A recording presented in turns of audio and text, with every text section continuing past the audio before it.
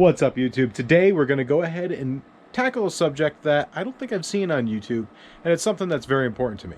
Now, when we pulled the hood off the Buick GS, the actual bolts for it are very odd. They're not something you'd find fairly standard. Now, listen, it's very important to have all kinds of standard bolts just chilling inside, you know, whatever you're going to encounter. Like I have everything you're really going to ever run into. All kinds of stuff. Stainless steel, regular. You know, it's nice to have them. But this is something that you're not going to easily replace. Now, there are different ways you can clean it. This is just like an abrasive shaker. You can fill this with all kinds of media, whether it's steel shot or like I have tumbler polishing stone like things from Harbor Freight. This is actually from Harbor Freight. See, there you go. And I really do like this. If you're trying to get a quick clean or polish on something, it's a pretty good solution. And all you do is you just take your part, you pop it in there. And right now, actually, as I said, I have the polishing little triangle things, and I think they're acorns or walnuts. I can't quite remember. Also, if you have something that is really, really oily and you're trying to get grease off, take these things. You can put half as many of these in there and kitty litter. I've had really good luck with that. I had this before I had my sandblaster, and it worked for me for years. And let's see, where did I put the top? There it is. All you do is you just pop the top on.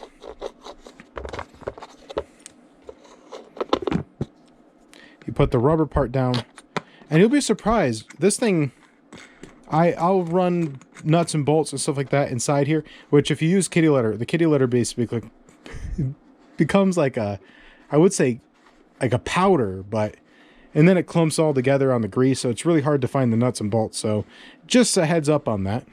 So once you have that nice and tight and it doesn't feel like you're going to get it any more tighter, you also don't want to break it. I'm known for that. You just turn this on, and it's fairly quiet. It's not the quietest thing in the world, but it's way less loud than my air compressor for the sandblaster. So you let this sit for about an hour or an hour and a half, and you just come back to it. So we'll be right back. All right, now that this thing has been running for about an hour and a half, go ahead and pop this back open, which is super fun. It takes about an eon to get this thing off. And we just pop that off. And then you search. You can actually see that. I don't know what I ran in here last time, but a little bit of it broke off. Throw that in the trash. Also, a lot of stuff comes out of it. Probably shouldn't breathe that. But let's see. What do we have here?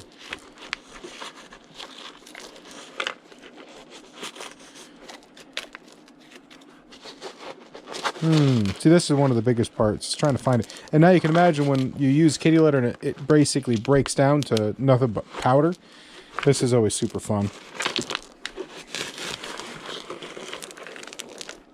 I suppose you could use a magnet too, but there it is. Okay. So, make sure you don't knock that gasket off. It's not really that much better. So, here's it after about, as I said, an hour and a half in the tumbler. Still fairly dirty, and we can go ahead and clean it up. So we'll go ahead and walk over to this little bucket, because what the heck, why not? Put some gloves on, because what the heck, why not?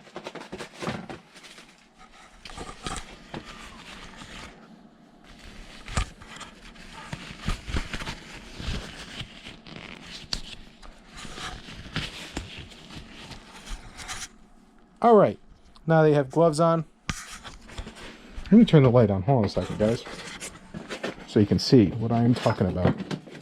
Whoa. I need to still clean this place up. It's a mess. There we go. All right, let there be light. All right, so once you have it in there, I'm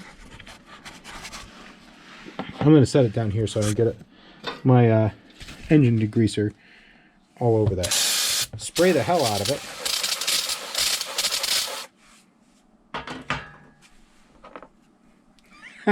I put gloves on and then I touch it with the hand I didn't put gloves on. That's hilarious.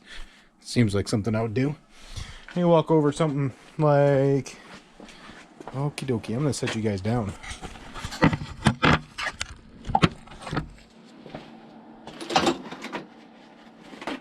All right. So once again, you put gloves on so it's the one that you don't end up using, but whatever. You dry her off. And it's still pretty dirty, as you can see.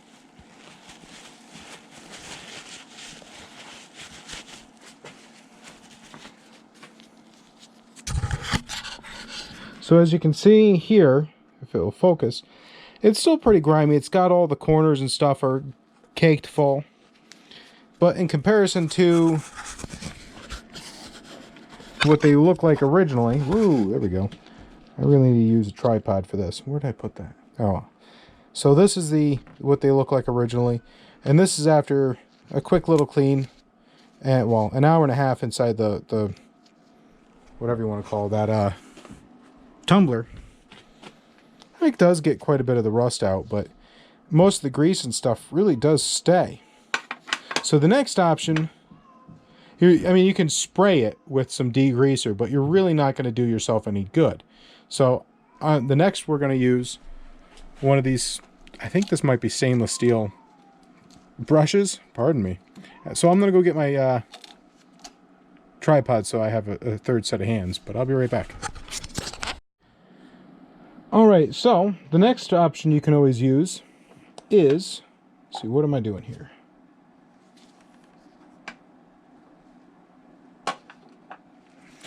There we go. So we take one of them.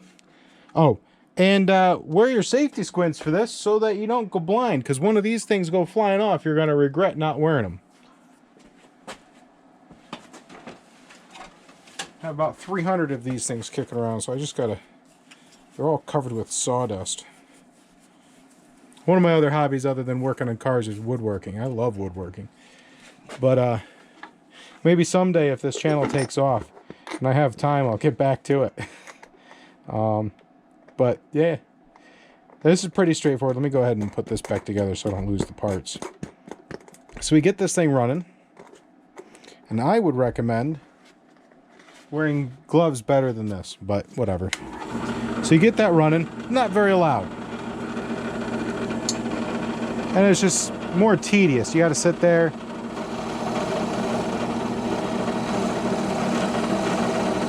And you just got to sit here and clean it up. You got to do that every single one of them.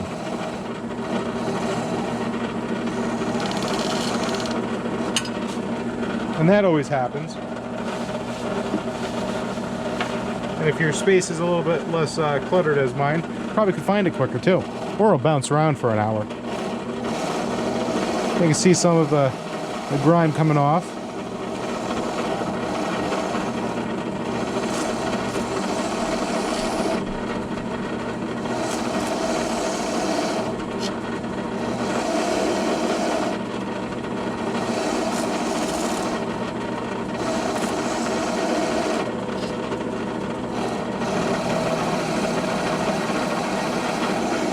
Yeah, this is super fun.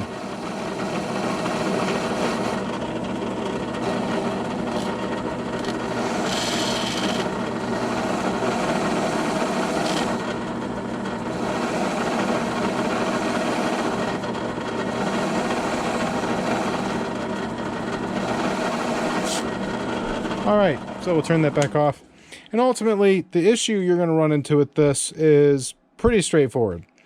You're going to have a real hard time getting into the nooks and crannies. And yeah, you can use a drill with a bit like this and probably get further in. But ultimately, also, probably use better gloves than this. But ultimately, this is really not the tool for the job. If you're trying to clean bolts, you can get yourself a real cheap Harbor Freight sandblaster. And that brings me to the sandblaster. This is a really cheap solution. This is actually from Harbor Freight. There's some really good videos on how to modify this with some good old-fashioned black silicone caulk, especially in through here, to make this a much better unit to use. There's a couple modifications you can use to the tube and the gun, and a couple modifications to the light. I've now made it so that the light, it pretty much has one setting. It's, let's see where it is.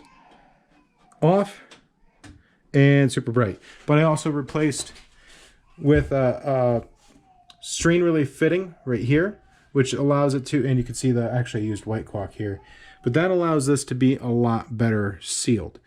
And then, of course, a good shop vac is necessary. In fact, if you watch this for a second, I turn the shop vac on with the normal mode. Oh, I'm going to go ahead real quick, and I'll put these inside here.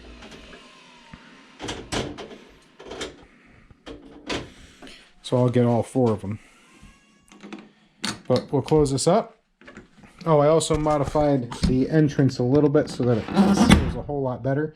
And has an easy connection like that. And I found that was there's some really good YouTube videos. I don't remember which ones I watched, but if you Google how to upgrade one of these, because out of the box they really do suck. But what we can do now, oh yes, watch this. When I turn it on, the box actually,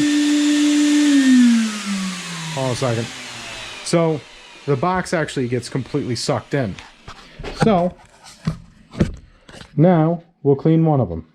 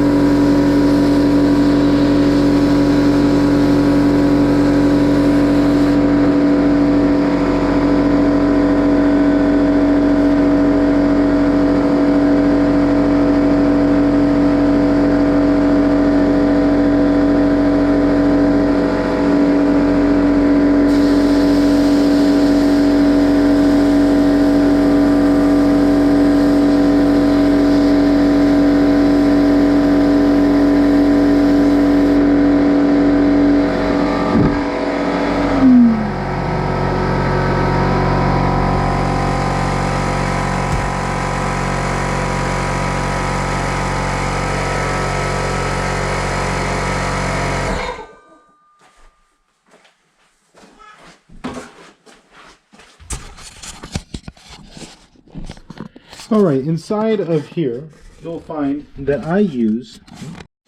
All right, guys, we'll go over to the light. So here are the 4 finished product. Well, this one is what it looks like originally. I don't know how well you can see it with it focusing or not focusing.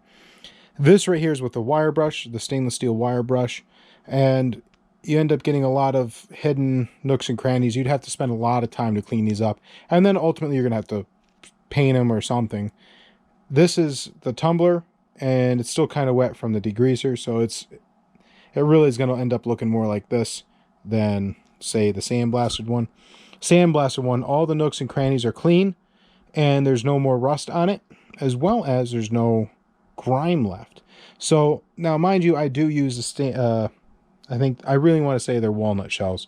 I use walnut shells to sandblast, mostly because I do a lot of aluminum, which in this situation, I didn't have any more walnut shells in bags, so I use the same stuff as aluminum. If you're going to do that, make sure you dump it and you change your different medias so that when you're blasting aluminum, you're not putting steel contaminants into your aluminum and vice versa. Now, these aren't super integral bolts, so I'm not overly concerned. Oh, and in the entire process, do your best to protect the threads. If you're going to clean threads, use a dye. Don't sandblast your threads. Protect them. But anywho, the sandblaster definitely worked the best. If you use steel shot for your sandblaster or actual sand, make sure that when you're done, which will be nice, clean, raw metal finish, you go and get yourself something like, as I'm not a big fan of paint and bolts, so that adds a little bit of material that will end up getting scratched, scuffed, and damaged when you go and put the fasteners back in. But if you get yourself a can or a bottle of some type of metal finish, like this is a bluing finish, I use this for, what do you call it? Pocket knives. I use them for pocket knives. I like the Chase high carbon steel pocket knives and knives. And this really does a good job to protect the steel. If it's in your pocket in the summer and you're sweating, the high carbon steel will just rust like a bastard. And this really will solve your problem. I've had a pocket knife that I carry on the daily. It's a high carbon steel, and I finished it with this, and it doesn't rust. And before I put this on it, it really did rust. This also works well for finishing aluminum, but it kind of, you have to be quick with aluminum. It will actually start eating the aluminum, so be wary of that. So, and of course there are other solutions for cleaning bolts. If you're like me and you work your way up, this is a pretty good finish, but it's not a really amazing finish. Sandblasting it is definitely going to be your option, and then bluing it if you want something that looks unique.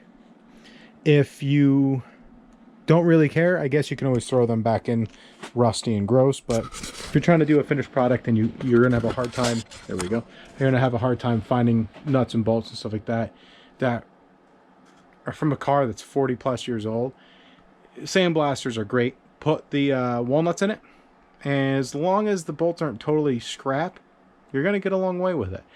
If the bolts need a little bit more than the walnut shells, you can do, as I said, there are other options like glass beads and stuff, but once again, that's more for softer metals like aluminum, magnesium.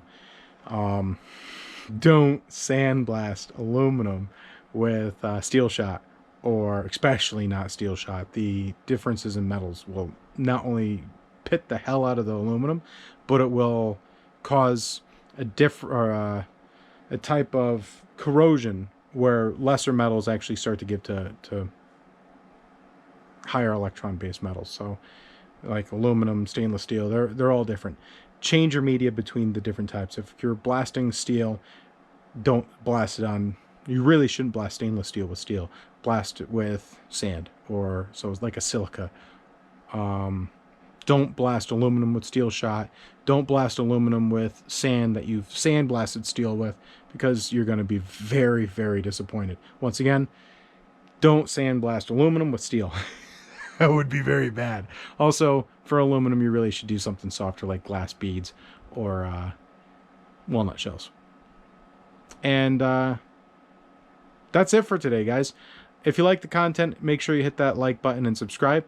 And looking forward to cleaning this thing. We're gonna obviously not sandblast this, because this, well, I mean, we could try fitting this in a sandblaster. I think that'd make a very interesting episode when I go and like drop this. I'm sorry, I was itching my hand there. And drop this right on the sandblaster. I don't think either one of them would be very happy.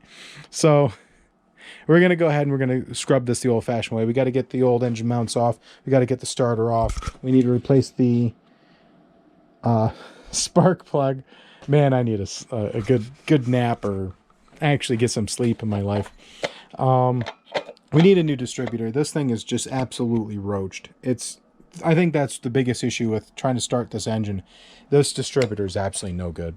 So we're gonna get this thing to top dead center and switch this out. The other thing is, I don't know. I can put this in the sandblaster and we'll sandblast these valve covers. It would be cool to save these, but I mean, they are. Let's see here. And you can see how rusted they are. I don't really think they're worth saving. I think we're better off getting a nice pair of valve covers and replacing those. I really like the one with the heat fins, and it says Buick. I think that would be awesome. Guys,